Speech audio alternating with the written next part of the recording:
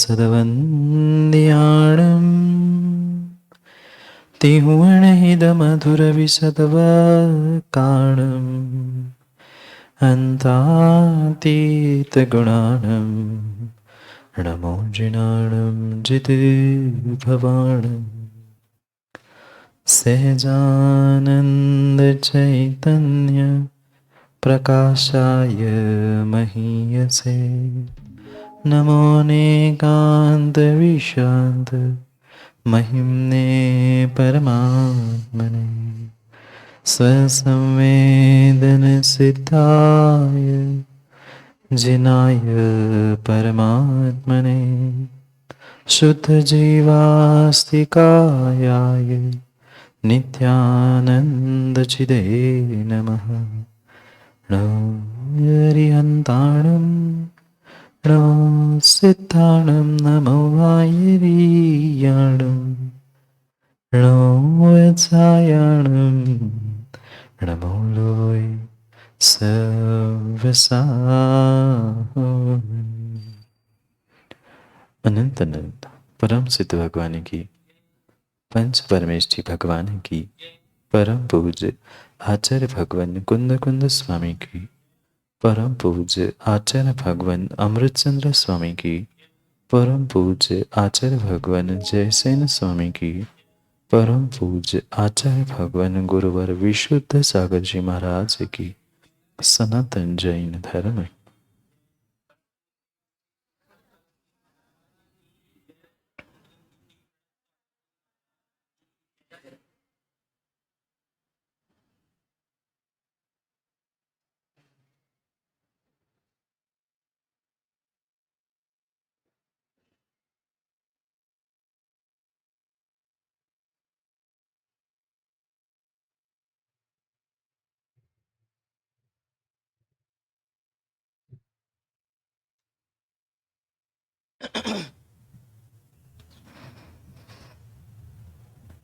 अंतिम निर्देश। वर्धमान स्वामी के शासन में हम सब विराजते और उनकी यह पावन पीयूष देशना हम सभी के लिए परम उपकारी।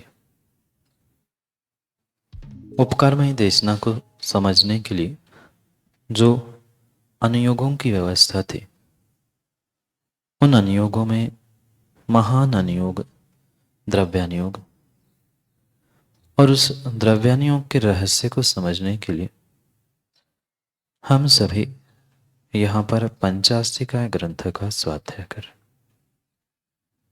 भव्यात्माओं, आचार्य प्रवर कुंद कुंद स्वामी ग्रंथराज पंचास्तिकाय में हम सभी भव्यों के लिए 5 अस्तिकायों के निमित्त से वस्तु स्वरूप का व्याख्यान कर, और वस्तु स्वरूप तो यही है जो द्रव्य जिस काल में, जिस क्षेत्र में, जिस भाव से होता है, वही उसका स्वरूप वस्तु स्वरूप कहा जाता है। ये एक ऐसा अद्भुत जैन दर्शन है जहां अनेकांत की दृष्टि से प्रत्येक द्रव्य के विषय में सब कुछ कह दिया, और मूलभूत प्राण इस जैन धर्म जैन दर्शन का यही है, जिसको अन्य भी दर्शनों ने ग्रहण किया। वह परम परम सत्य को समझने की वर्तमान में बहुत आवश्यकता। एक वाक्य हमने पहले भी पढ़ा था और सुना था, जिसे पुनः आज दोहराते हुए हमें अगली गाथा की ओर बढ़ना है। सुरेंद्र पंडित जी, जो होता है वही होता है। सौरभ भाई, बहुत गहरा वाक्य और बहुत जैन धर्म का गहरा सिद्धांत उसमें छुपा हुआ है। जो होता है वही होता है, और जो होता नहीं है वह होता ही नहीं। बात समझ में आई? जो होता है वही होता है, जो होता ही नहीं वह होता भी नहीं। ये इस द्रव्यानुयोग का मात्र नहीं, अपितु इसी सिद्धांत को अन्य दर्शनों ने अपने अपने आगम ग्रंथों में अपने अपने सिद्धांतों में ग्रहण किया। माँ बात समझ में आई? जो होता है वही होता है, जो होता ही नहीं है वह कभी होता ही नहीं। क्या अर्थ था कहने के लिए? तो वह होता है, होता है, होता नहीं है, होता नहीं है, ये समान शब्द लग रहे हैं पर दोनों में बहुत बहुत अंतर है। और यही गहरा सिद्धांत आचार्य भगवंत आज हमें 15 नंबर की गाथा में समझाने वाले। कल 14 नंबर की गाथा में हमने उस अनेकांत को समझा। अब उसी अनेकांत के द्वारा आचार्य भगवंत हमें समझा रहे हैं कि जो द्रव्य होता है उसी में होता है, और जो होता ही नहीं है वह कभी होता ही नहीं।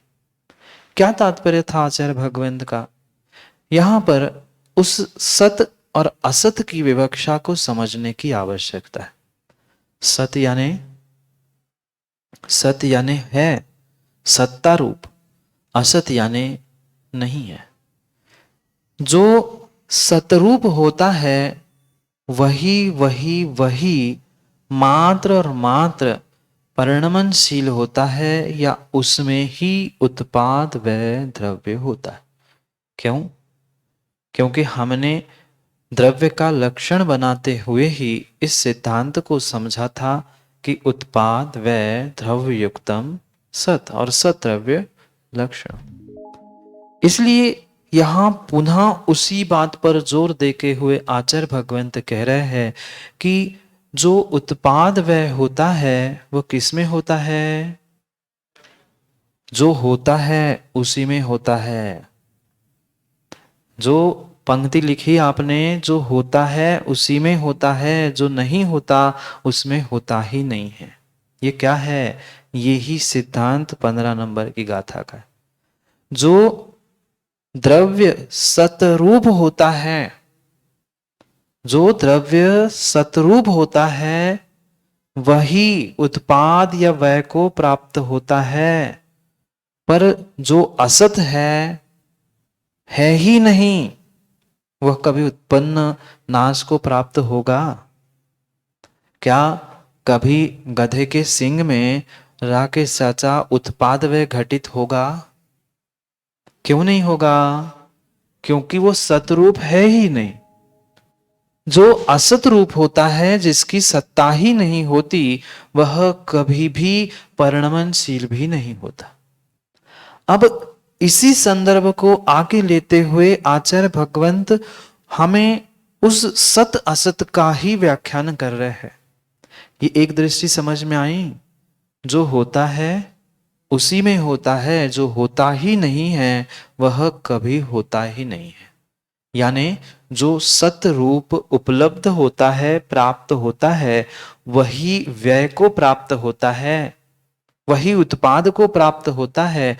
और जो उपलब्ध है ही नहीं, जिसकी सत्ता ही नहीं है, जिसका नास्तित्व ही है, ही कह रहा हूं अपेक्षा से नहीं, जो सतरूप है ही नहीं, ऐसा अवस्तु का कभी भी जन्म नहीं होता, और जिसका जन्म नहीं है उसका नाश भी नहीं है। जन्म, उत्पाद, नाश, व्यय किसका होगा? उसी का होगा जो कुछ है। असत का कभी भी किसी भी प्रकार से उत्पाद हो ही नहीं सकता। जिसका अभाव है, जो असत रूप है, जो नास्तित्व गुण से ही युक्त है, भी नहीं। हमने भी सप्तभंगी में समझा। यहां कह रहे हैं जो अभाव रूप है, जो सतरूप है ही नहीं, असत रूप है, जिसकी कोई सत्ता नहीं है, वह कभी भी उत्पन्न नहीं होगा। और सीधी सी बात है, जो उत्पन्न नहीं होता वह विनाश को भी प्राप्त नहीं होता। पुनः दूसरी बात आचार्य भगवान कहेंगे कि वह नाश को भी प्राप्त नहीं होता जो होता है। मतलब जो सतरूप है उसका भी कभी भी नाश नहीं होता। पर आप विचार करना, क्या ऐसा देखा आपने? कागज तो फाड़ दिया, टुकड़े हो गए, उसको जला दिया, दीपक राख हो गई, वह राख भी चली गई। अब आप तो कह रहे हैं कि महाराज जी वह जो सतरूप होता है उसका कभी नाश नहीं होता, जिसकी सत्ता है उसका नाश नहीं होता। बात समझ में आई? जो कागज था वह फाड़ दिया, कागज के टुकड़े हो गए। पुनः क्या हुआ?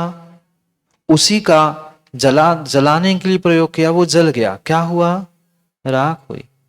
तो द्रव्य कहां बचा? द्रव्य कहां बचा?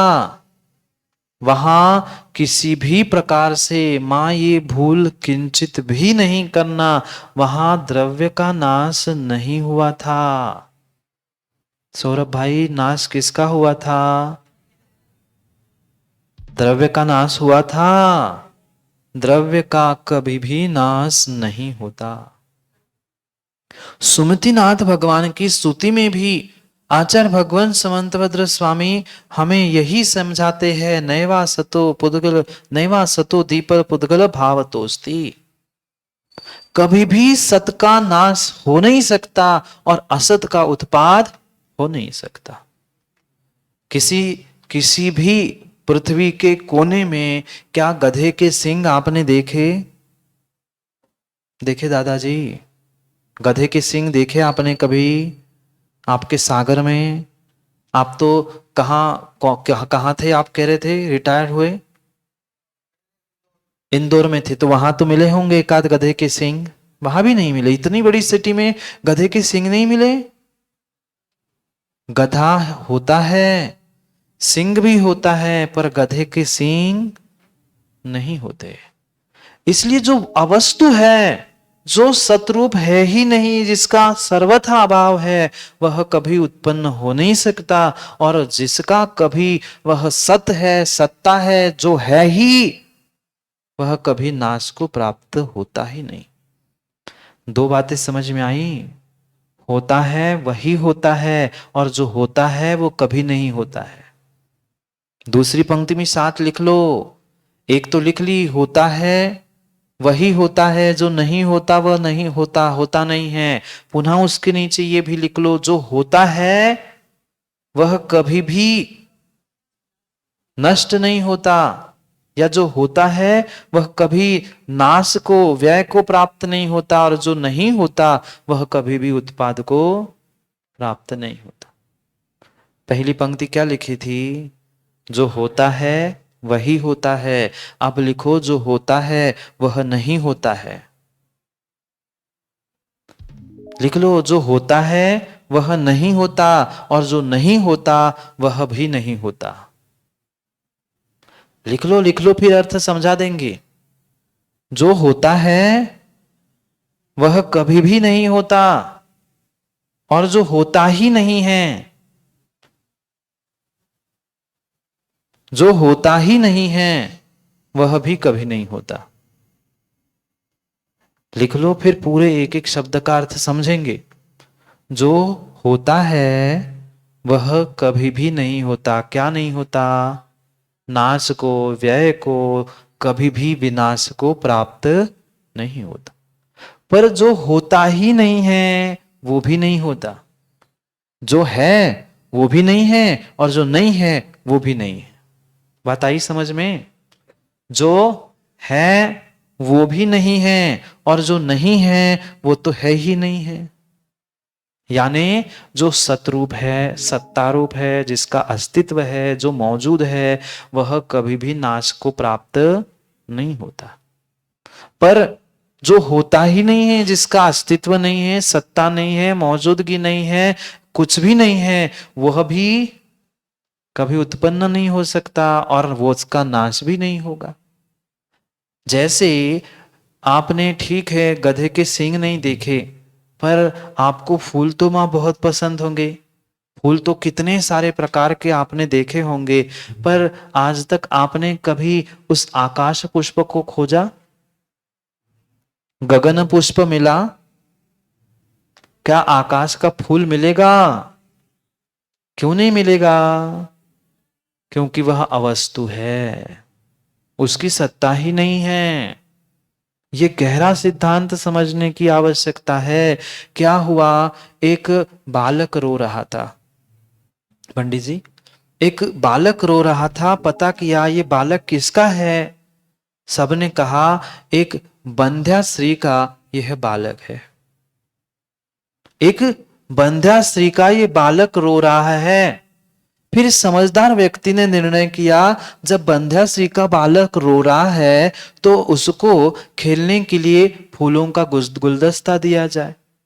वह पहुंचा और आकाश के फूलों को ले आया और कछुए के पीठ के बाल निकालकर उसे बांधकर गधे के सींग में रख के उसे खेलने के लिए दिया।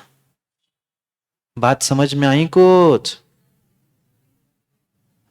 बंध्या स्त्री का पुत्र, फिर आकाश के फूल, कछुए की पीठ के बाल और फिर गधे के सींग में रखकर खेलने दिए। संभव है? यह बातों में ही संभव हो सकता है, पर ऐसी वस्तु है ही नहीं। तो कभी आकाश के फूल दिखे, कभी कछुए के पीठ पर दीपक भाई बाल मिले? क्यों नहीं मिले? होते ही नहीं है। जो वस्तु होती ही नहीं है वह कभी भी उत्पन्न भी नहीं होती। बात आई समझ में? जो असत है, जिसका अभाव है, वह कभी भी उत्पन्न नहीं होता। फिर उत्पन्न हो कौन रहा है? दोनों बातें आपने कह दी। जो होता है वो भी नहीं होता और जो नहीं होता वो भी नहीं होता, फिर भी होता हुआ दिख रहा। प्रश्न समझ में आया? आप तो कह रहे हो जो सत है उसका भी नाश नहीं होता और जो असत है उसका भी उत्पाद और नाश नहीं होता, फिर दिख रहा है मिटते हुए वो कौन है?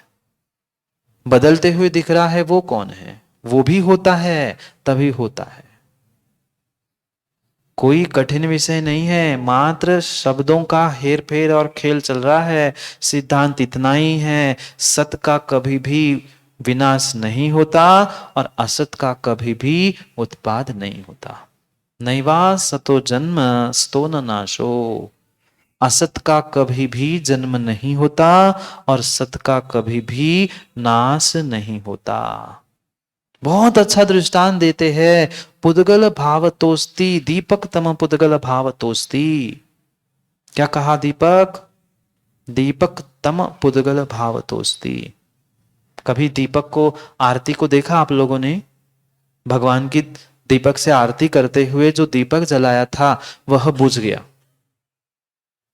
दीपक तो नष्ट हुआ ना? दीपक तो बुझ गया ना? दीपक नहीं बुझा, फिर क्या बुझा? बाती बुझी, बाती तो बुझी। समझने जैसी बात है। वह आज तक तो यही कहते आए, दीपक बुझ गया, बाती बुझ गई। तो बाती बुझ गई, दीपक तो बुझ गया, पर दीपक नष्ट हुआ क्या? जो सतरूप है उसका नाश नहीं होता। फिर क्या हुआ? दीपस्तमः पुद्गल भावतोस्ति। दीपक का जो प्रकाश रूप पर्याय चल रही थी वही अंधकार रूप बदल गई। द्रव्य संग्रह पढ़ा क्या?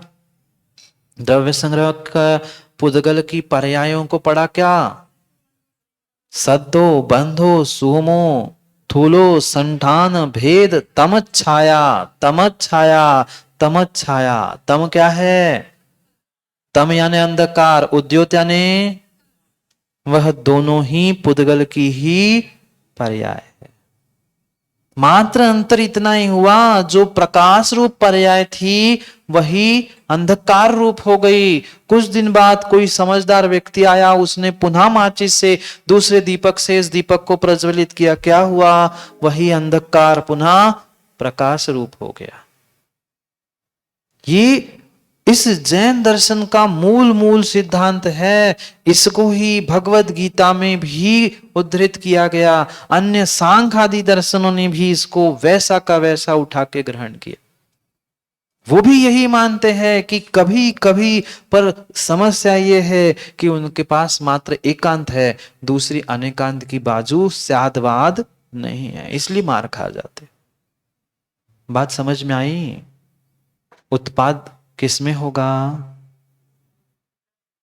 जो वस्तु है नाश किसका होगा? वह वस्तु में, पर फिर भी नाश नहीं होगा, क्योंकि वह सतरूप है, सत का कभी नाश नहीं होता। दोनों बातें कह रहे हैं। जैसी गाथा पढ़ेंगे तब समझ में आएगा ये पूरा पूरा जो इतना अपना प्रपंच चल रहा है किस लिए चल रहा है। ना सर्वथा नित्यमुपैत देती, ना सर्वथा नाश होता है, ना सर्वथा उत्पाद होता है। हाँ, न कारक क्रिया कर्म आदि किसी भी अपेक्षा से ना उत्पन्न होता है न नष्ट होता है सर्वथा। क्यों? क्योंकि ये मात्र परिणमन रूप चल रहा है, क्योंकि ये जो कुछ भी हो रहा है ये पर्याय दृष्टि से हो रहा है, द्रव्य दृष्टि से कुछ नहीं हो रहा। मूल सिद्धांत यही समझने जैसा है कि द्रव्य दृष्टि से द्रव्य ना उत्पन्न हो रहा है न नष्ट हो रहा है, फिर भी दिख रहा है। वो कौन है? वो पर्याय दृष्टि है, वो पर्याय है। बात आई समझ में? सतरूप द्रव्य कभी भी नाश को प्राप्त नहीं होता। उसका दृष्टांत दूसरी लाइन में दिया है समंतभद्र स्वामी ने। मूल सिद्धांत यही है कि कभी भी भाव का, कभी भी सत का नाश नहीं होगा और असत का उत्पाद नहीं होगा। अगर असत का उत्पाद होता तो बंध्या स्त्री के पुत्र को जन्म लेना चाहिए था, आकाश में भी फूल उगने चाहिए थे, कछुए के भी पीठ पर बाल होने चाहिए थे, पर कभी उसमें उत्पाद व द्रव्य होगा? क्यों नहीं होगा? क्योंकि वह वस्तु ही नहीं है, वह अवस्तु है, वह असत है, उसका अभाव ही है, इसलिए उसका कभी भी उत्पन्न होना संभव नहीं है। ये गहरा रहस्य है। आज के विज्ञान ने भी मां जो भी चुराया है ये परिपूर्ण रूप से यही से हमारे कुंद कुंद स्वामी जैसे महान महान आचार्य भगवंतों से ही ग्रहण किया है। आज का विज्ञान भले ही उसे एनर्जी में, ऊर्जा में लगाते हुए कह दे कि energy can neither be created not be destroyed, it can be converted from to one form to another form. पर समझ में आया? नहीं आया? नहीं आया? यह ऊर्जा का विनाश हमारे आचार्य भगवंतों ने जो द्रव्य की सिद्धांत का विषय समझा था उसे ही आज के विज्ञान ने ग्रहण करते हुए उसे ऊर्जा का सिद्धांत बना के प्रतिपादित किया। क्या कहा? क्या कहा? दादाजी नाम आपका भूल गया मैं, आप ही का नाम पूछ रहा हूं। राजकुमार जी ऑडिटर थे ना? फिर तो आपको तो समझ में आ ही गया होगा। Energy can neither be created not be destroyed. It can be converted from one form to another form. Saurabh समझ में आया? तुम भी तो पढ़े लिखे हो। ऊर्जा का कभी भी विनाश नहीं होता, वह मात्र एक अवस्था से दूसरी अवस्था में परिणत होता है। ऐसा किसका सिद्धांत है? इतना ही बता दो। पढ़े लिखे हो कि नहीं आप लोग? थोड़े बहुत तो। किसी का भी न्यूटन का सिद्धांत नहीं होता। ये एनर्जी का सिद्धांत न्यूटन का नहीं है सौरभ भाई। तो द्रव्य की अविनाशता का नियम हमारे आगम का है। वह विज्ञान जो कह रहा है वह उसे ऊर्जा के साथ जोड़ते हुए कह रहा है कि ऊर्जा कभी उत्पन्न नहीं होती, नष्ट नहीं होती, वह तो मात्र एक स्थिति से दूसरी स्थिति, दूसरी स्थिति से तीसरी स्थिति में परिवर्तित होती है। स्कूल में पढ़े नहीं आप लोग? अरे यार, ये कोई कॉलेज और बहुत उच्च शिक्षा वाली व्याख्या नहीं है, ये तो स्कूल में बचपन में पढ़ाया गया है। हमारा जब बचपन में पढ़ा है, अब बचपन में कहां तक याद रहेगा? सब बातों को याद रखने की आवश्यकता है। एक स्थितिक विद्या, स्थितिक ऊर्जा, गतिक ऊर्जा, ऐसे शब्द कुछ पढ़े क्या? कुछ कुछ याद आ रहा है क्या? उसे ही अंग्रेजी में पोटेंशियल एनर्जी, काइनेटिक एनर्जी, ये मात्र स्थितिक विद्या से गतिक विद्या, गतिक ऊर्जा से वह स्थितिक ऊर्जा रूप परिवर्तित होता है, पर कभी भी ऊर्जा का नाश नहीं होता। एक पंखा चालू, एक पंखा बंद है, इसी को बंद कर देंगे, ऊर्जा दोनों में है, पर यहां स्थितिक ऊर्जा है और यहां गतिक ऊर्जा है। गति रूप चल रही है, ये काइनेटिक एनर्जी है, और जो रुकी है वो पोटेंशियल एनर्जी है, स्थितिक है, एक स्थिति में है।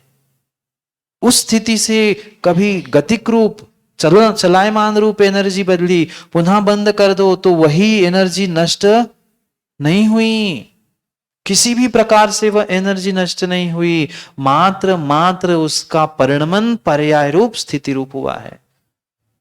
कागज था, क्या किया?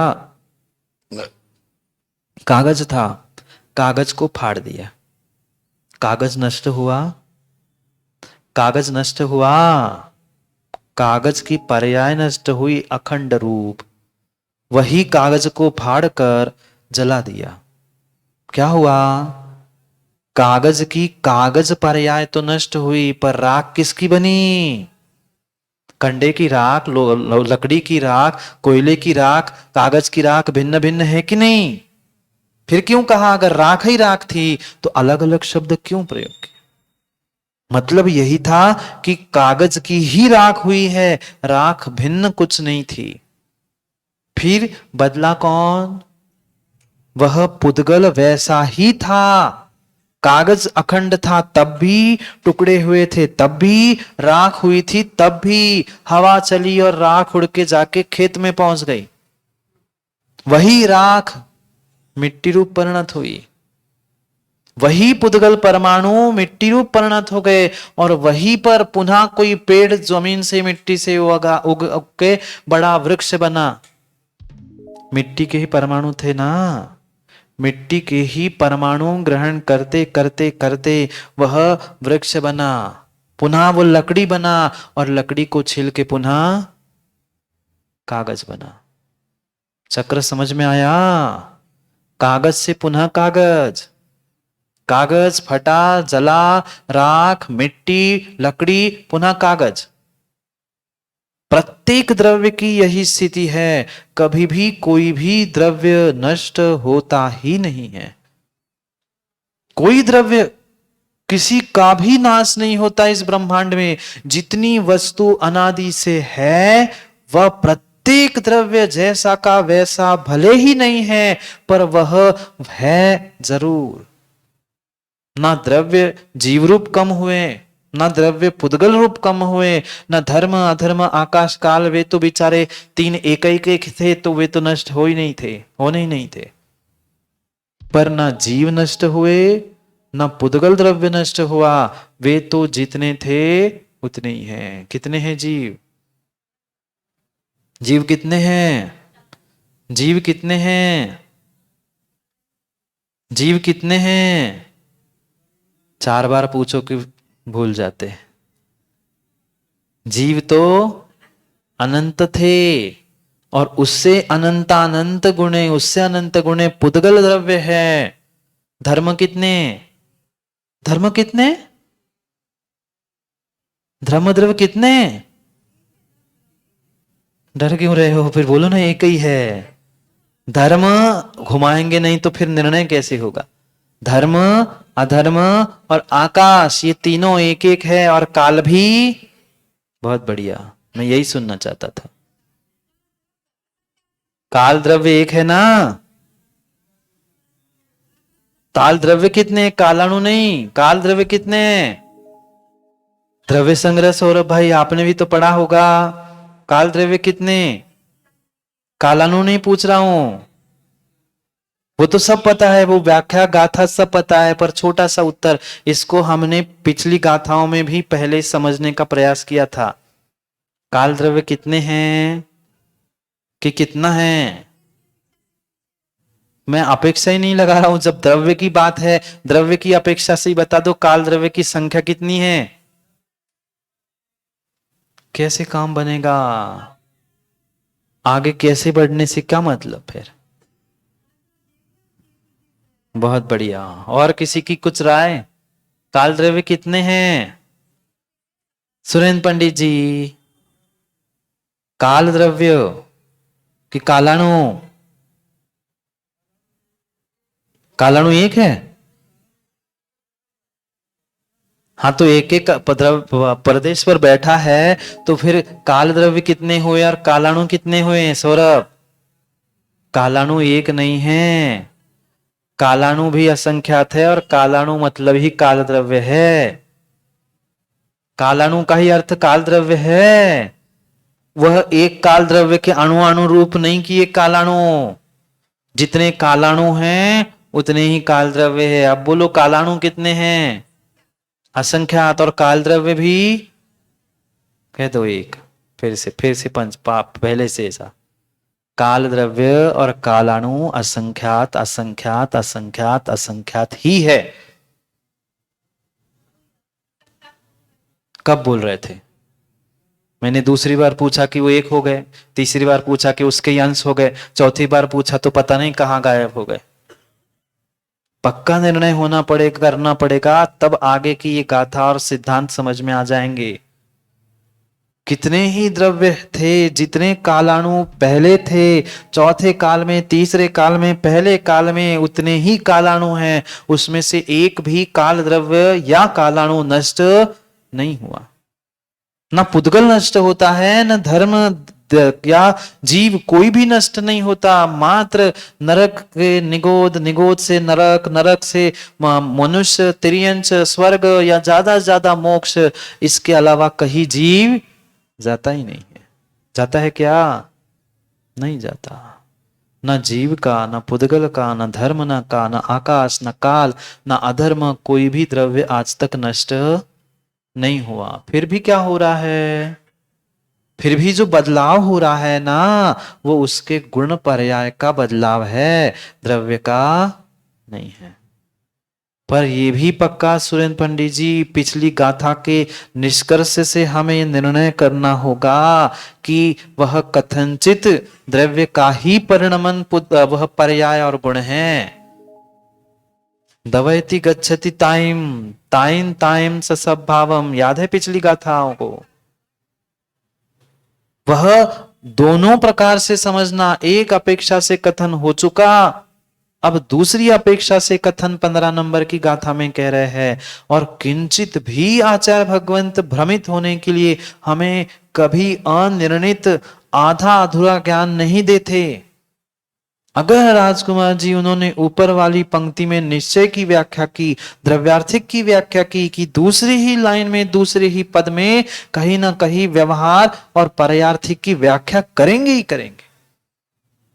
बिल्कुल ऐसे ही 15 नंबर की गाथा में आचार्य भगवान समझा रहे हैं, ऊर्जा का मां कभी भी नाश नहीं होता। क्या होता है? एक अवस्था से दूसरी अवस्था में, ऐसे ही आटे का कभी भी नाश नहीं होता। वह जो आटा सूखा था डिब्बे का, वही क्या हुआ? गीला हुआ। वही लोई बनी, वही उस पाटे पे बिली गई, वही तवे पर थी और वही पेट में गई। और वही आगे की प्रक्रिया बता दूं क्या? इष्टोपदेश में बताने की कौन सी बुरी बात है पंडित जी? इष्टोपदेश में आचार्य भगवान ने कह दिया, भुक्तोर्जितार मुहुर्मोहा मया सर्वे पिपुद्गला उच्चेष्यते स्विक दीपक मम विज्ञस्य का स्पृहा। याद है कि भूल गए? सब भूल गए। ये जो कुछ भी खा रहे हैं वह सभी मल को ही तो खा रहे हैं, और क्या खा रहे हैं? ऐसे मुंह बना रहे हैं। ऐसा नहीं है क्या राजकुमार जी? जो खाया था वही छोड़ा, जो छोड़ा था वही खेत में नाली से पहुंचा, उसी का परमाणु पुनः फसल बनी, अनाज बने, फल बने, उसी को थाली में रख के और रोटी चावल सब्जी बना के फिर खाए, फिर वही चक्र है। क्योंकि पुद्गल का तो नाश होता ही नहीं है। वही वही पुद्गल खा रहे हैं, वही पुद्गल खा रहे हैं और उसी में आनंद लूट रहे हैं। यह है सिद्धांत। सत का कभी भी विनाश नहीं होता, और असत का कभी भी उत्पाद नहीं होगा। जो मौजूद है वह सत है, और जो मौजूद होता ही नहीं है, मात्र आज नहीं कभी नहीं होता। ऐसे उस वस्तु को, अवस्तु को आचार्य भगवंत असत रूप कहते हैं, अभाव रूप कहते हैं। पढ़े गाथा को, ये भूमिका पढ़ रहे थे। उत्पाद में असत का प्रादुर्भाव और व्यय में सत का विनाश नहीं होता। उत्पाद व्यय ये दोनों तो होते हैं। बहुत अच्छे से समझना सौरभ भैया, उत्पाद भी होता है, व्यय भी होता है, पर उत्पाद में असत का नहीं होता और व्यय में सत का नहीं होता। जो व्यय हो रहा है वह सत का नहीं हो रहा और जो उत्पाद हो रहा है वह असत का नहीं हो रहा। भाई, जो मौजूद ही नहीं है वस्तु, जिसका कभी सद्भाव हो ही नहीं सकता, उसको कौन जन्म दे सकता है? उसको कौन उत्पन्न कर सकता है? कोई नहीं कर सकता। जो वस्तु ही नहीं है, क्या मां आप रोटी बनाना जानते हो? आप रोटी बनाना जानते हो? बोलो ना, जानते हैं? बना देना मिट्टी की रोटी। क्यों? आपने तो कहा रोटी बनाना जानते हैं। वह रोटी आटे की ही बनाना जानते हैं, क्योंकि रोटी आटे की ही बनती है, मिट्टी की नहीं बनती। रोटी का आकार बन सकता है, रोटी जैसी बन सकती है, पर रोटी तो आटे की ही बनेगी। रोटी मिट्टी की नहीं बन सकती। तो मिट्टी की रोटी का अभाव असत हुआ। जैसे गधे के सिंह, जैसे कछुए के पीठ के बाल, जैसे उस आकाश के फूल और जैसे बंध्या का पुत्र। ये त्रैकालिक असंभव है। कभी भी बांझ स्त्री का पुत्र हो ही नहीं सकता। ऐसे ही आकाश के फूल नहीं होते, कछुए के पीठ पे बाल नहीं होते और गधे के सिंग भी नहीं होते। ये सभी अवस्तु है, असत है, अभाव रूप है। इनका कभी भी उत्पाद संभव नहीं है। और जो वस्तु है, उस वस्तु का कभी भी नाश, असतपना पूर्ण रूप से हो ही नहीं सकता। ये पुद्गल है क्या? ये पुद्गल है, टूट भी जाएगी तो क्या कहलाएगा? टूटा पेन। और भी चूड़ा हो जाएगा, बहुत छोटे टुकड़े हो जाएंगे तो भी प्लास्टिक तो है ही। माना कि प्लास्टिक भी कई साल, कई भाव वह पड़े पड़े पड़े रहने से ये पुद्गल परमाणु भी बिखर जाएंगे। ये इसके पुद्गल परमाणु भी बिखर जाएंगे, बिखर जाएंगे, भिन्न हो जाएंगे, पर परमाणु रूपी द्रव्य तो, क्योंकि हमने पुद्गल द्रव्य किसे स्वीकार किया था? ये पुद्गल द्रव्य है क्या? राजकुमार जी, ये पुद्गल द्रव्य है क्या? ये पुद्गल द्रव्य है क्या? मैं कह रहा हूं नहीं है। पुद्गल द्रव्य तो परमाणु होता है, ये उसकी विभाव पर्याय है। पुद्गल द्रव्य की ये विभाव पर्याय है, तो वह विभाव पर्याय बदल सकती है, पर वह पुद्गल परमाणु नहीं बदलेगा। वह कभी स्कंध रूप बनेगा, कभी द्वयणुक त्रिअणुक बनेगा, कभी एक परमाणु रूप बनेगा, बन के रहेगा, पर नष्ट कभी भी नहीं होगा। समझ में आया कि और दृष्टांत देने की आवश्यकता है? समझ में ऐसे हमेशा की जरा, कि थोड़ा सा ऐसे भी समझना। अभाव का यानी असत का कभी भी उत्पाद नहीं होता, और जो सतरूप है, जो होता है, जो भाव रूप है, वस्तु रूप है, पदार्थ रूप है, द्रव्य रूप है, उसका कभी भी नाश नहीं होता। ये कहने पर तुरंत शिष्य ने पूछा, गुरुजी ये कैसे संभव है? मैं तो बालक था, आज युवा हूं। मेरे पिताजी युवा थे, वे वृद्ध हो गए हैं, और आप कह रहे हो कि द्रव्य नाश नहीं होता, बदलता नहीं है। जो दादाजी थे वो तो चले गए, मैं कैसे समझूं?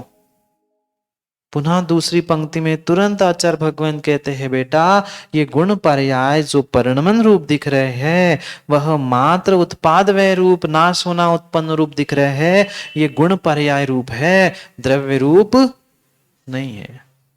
कथनचित दोनों बातें एक साथ कर दी 15 नंबर के श्लोक में। पढ़ते हैं पहले 15 नंबर की गाथा को, फिर और दृष्टांतों के साथ और अच्छे से समझने का प्रयास करते। देखो 15 नंबर की गाथा, आचार्य भगवान कुंद कुंद स्वामी। भावसो णथि अभावस चैव पादो गुणपचय सुभावा उपादवै पकुवन्ति। पढ़ो एक साथ।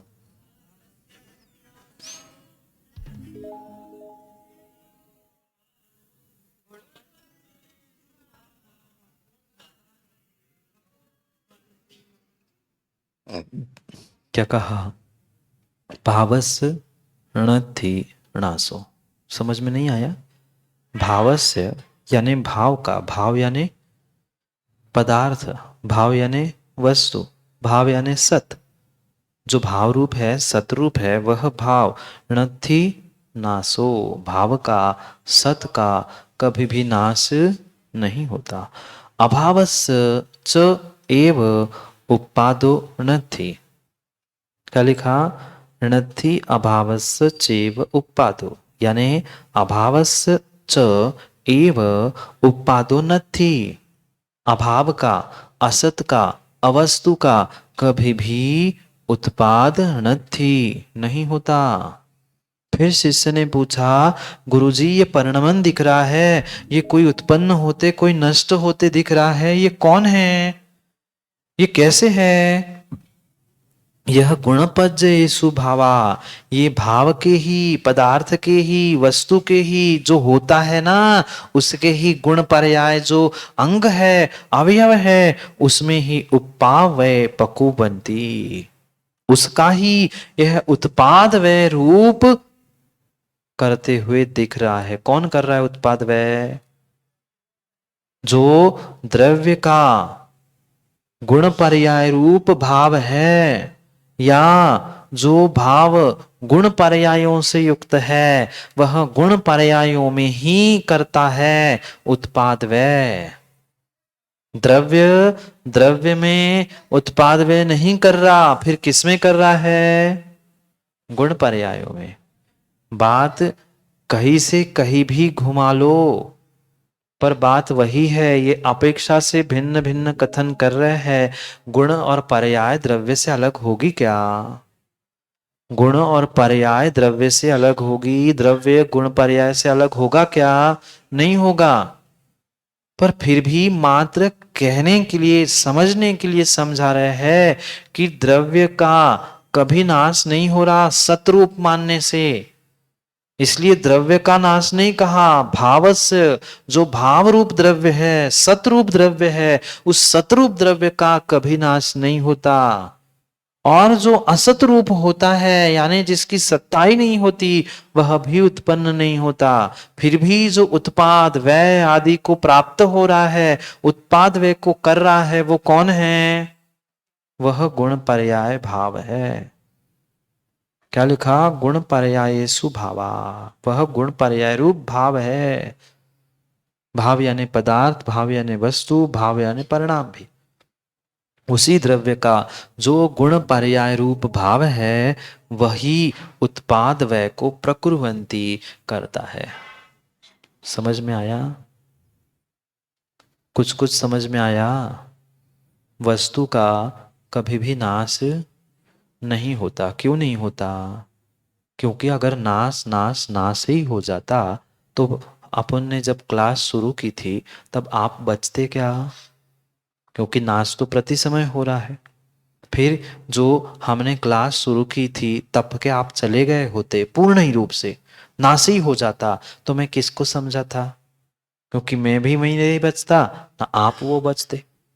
इसलिए वह द्रव्य की अपेक्षा से, सत की अपेक्षा से नाश नहीं हुआ।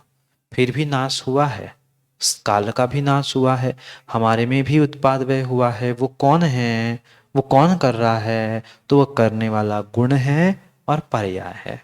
द्रव्य द्रव्य रूप से, द्रव्य सत रूप से, द्रव्य भाव रूप से कभी भी नाश को प्राप्त नहीं होता, पर वही द्रव्य वही द्रव्य वही द्रव्य गुण और पर्याय की अपेक्षा से नाश को भी, उत्पाद को भी प्राप्त होता है। बात आई अब समझ में? द्रव्य द्रव्य स्वरूप से, द्रव्य सत स्वरूप से, द्रव्य भाव स्वरूप से कभी भी नाश को प्राप्त नहीं होता, पर फिर भी वही द्रव्य वही द्रव्य वही द्रव्य, इसलिए 3 बार कहा कि भूल नहीं करना, किसी अन्य द्रव्य में नहीं जाना। वही द्रव्य गुण पर्यायों की अपेक्षा से, गुण पर्याय के भाव से, गुण पर्याय के परिणमन से उत्पाद व्यय को प्राप्त होता है। बात आई समझ में? बदलाव तो होता है, पर पर्याय और गुण की दृष्टि से होता है, सत रूप में परिणमन नहीं होता। इसलिए तो सत को द्रव्य रूप ग्रहण किया और उत्पाद व्यय को गुण पर्याय रूप ग्रहण किया। ये सब कुछ विषय पिछली 8, 9, 10 आदि गाथाओं में हमने निर्णित किया था, याद है कि नहीं?